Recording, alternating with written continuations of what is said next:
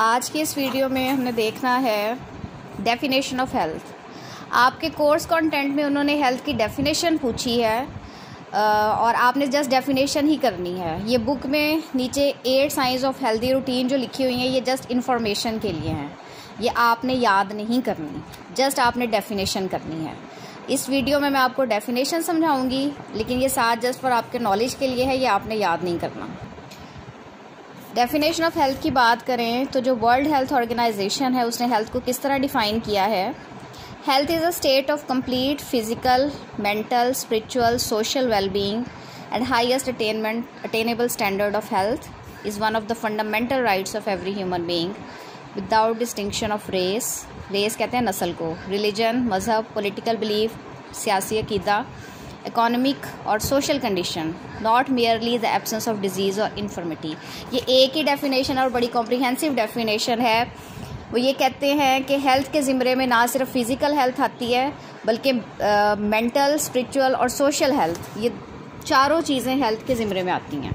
ठीक है, ज़रूरी नहीं कि एक बंदा फिज़िकली फ़िट है तो वो मेंटली भी या स्पिरिचुअली या सोशली भी फ़िट हो। और अगर आप चारों लिहाज से फ़िट हैं तो you should have highest attainable standard of health. और अच्छी हेल्थ होना हर ह्यूमन बीइंग का हक है, चाहे वो किसी भी नस्ल से, किसी भी मज़हब से, किसी भी पॉलिटिकल बिलीफ से ताल्लुक़ रखता हो। और हेल्थ के ज़िम्मे में ये चारों चीज़ें आती हैं, जैसे मैंने पहले बताया, फिज़िकल, मेंटल, स्पिरिचुअल और सोशल। लेकिन हम ये नहीं कह सकते कि अगर हमारी बॉडी में कोई डिज़ीज़ नहीं है तो हम हेल्दी नहीं हैं। तो हेल्थ के बारे में एक जनरल कंसेप्ट लोगों का यही है कि अगर कोई शख्स बीमार नहीं है तो वो हेल्दी है। नहीं, बिल्कुल नहीं, बीमारी का हेल्थ के साथ ताल्लुक़ नहीं है। हेल्थ का जो ओवरऑल जो कंसेप्ट है उसमें वो बहुत ज़्यादा ब्रॉडर है। उसमें आपकी बॉडी फिज़िकली भी फिट होनी चाहिए, हेल्दी होनी चाहिए, आपकी हाइट के मुताबिक आपका वेट होना चाहिए। You should not be under weight और ओवर वेट। आप मोटापे का शिकार ना हो और ना ही आप कमज़ोरी का हद दर्जे कमज़ोरी का शिकार हों। You should have appropriate weight. Mentally आप स्टेबल हों, स्पिरिचुअली आप स्टेबल हों, सोशली आप स्टेबल हों, तो फिर आप हेल्दी कंसिडर होंगे।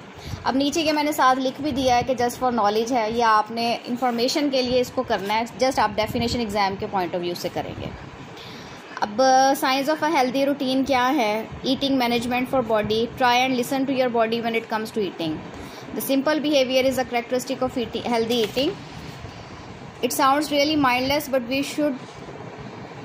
but we usually forget to eat, so we are starving and then we eat a lot। देखें, अक्सर हम तब खाते हैं कि जब हमें हद से ज़्यादा भूख लगी हो।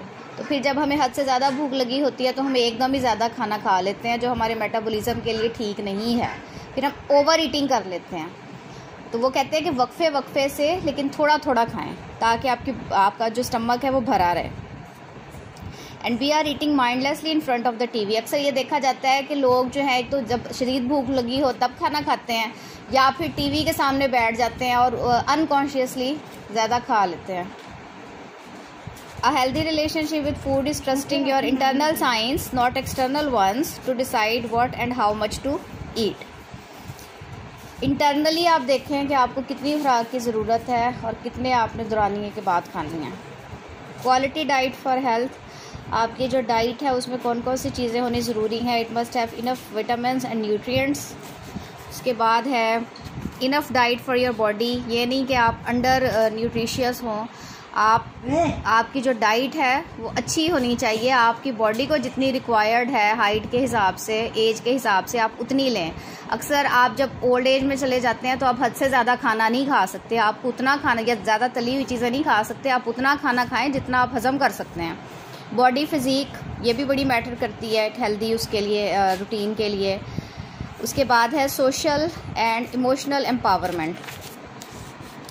It's healthy to feel the full spectrum of human emotion. Emotional health is just as important as physical health. देखिए, इमोशनल हेल्थ भी होना, इमोशनल हेल्थ तकरीबन मेंटल हेल्थ के ज़िम्मे में आती है। अगर आप इमोशनली स्ट्रॉन्ग हैं, आप स्टेबल हैं, आप बहुत ज़्यादा परेशान नहीं रहते, आप प्रेशर सिचुएशंस को लाइटली हैंडल कर लेते हैं, तो फिर इट मीन्स कि आप इमोशनली हेल्दी हैं। Sleeping and awakening properly. देखिए, रात को टाइम पे सोना, जल्दी सोना और सुबह जल्दी जागना, ये एक हेल्दी रूटीन है लाइफ की। हमारे जो बाबा अजदाद थे वो यही करते थे। पुराने ज़माने के लोगों की बहुत लंबी लंबी उम्रें होती थी इस वजह से कि उनका लाइफस्टाइल हेल्दी था। वो रात को जल्दी सोते थे और सुबह जल्दी उठते थे।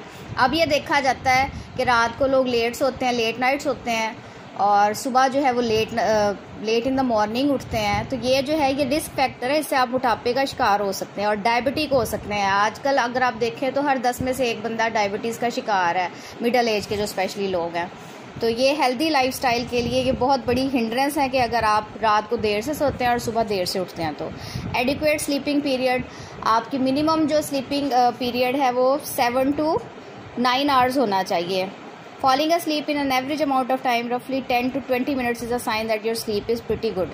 अगर आप बेड पे लेटते हैं और 10 से 20 मिनट के दौरान आपको नींद आ जाती है तो इट मीन्स कि आपकी जो स्लीप है या उसका जो वे ऑफ स्लीपिंग है वो अच्छे लेवल पे है। अगर आपको देर से नींद आती है तो इट मीन्स कि आप डिप्रेशन का शिकार हैं। उसके बाद हेल्दी माइंड। देखिए, हेल्दी माइंड हो, ये नहीं होगा कि हेल्दी बॉडी है तो हेल्दी माइंड होगा। हेल्दी माइंड होगा तो हेल्दी बॉडी होगी, क्योंकि हमारी बॉडी को हमारा माइंड कंट्रोल करता है, ना कि हमारी बॉडी हमारे माइंड को कंट्रोल करती है। It's good to have energy for stuff you love, whether that's yoga और पिंग पोंग और बेकिंग कुकीज़। आप जो भी करें उसके लिए आपकी अगर अच्छी एनर्जी है तो ये बहुत अच्छी बात है। लेकिन ये है कि अगर आप वरीड हैं, परेशान हैं, आप हर वक्त दबाव का शिकार हैं, किसी नफसियाती दबाव का शिकार है, तो आपकी बॉडी पे उसका बड़ा बैड इम्पैक्ट होगा। तो ये ओवरऑल इन्फॉर्मेशन के लिए है, साइंस ऑफ हेल्दी रूटीन। ये बेटे आपने जस्ट फॉर नॉलेज करने हैं, ये आपने याद नहीं करने। याद सिर्फ आपने ये जो 5 लाइनों की 6 लाइन्स की डेफिनेशन है ये करनी है।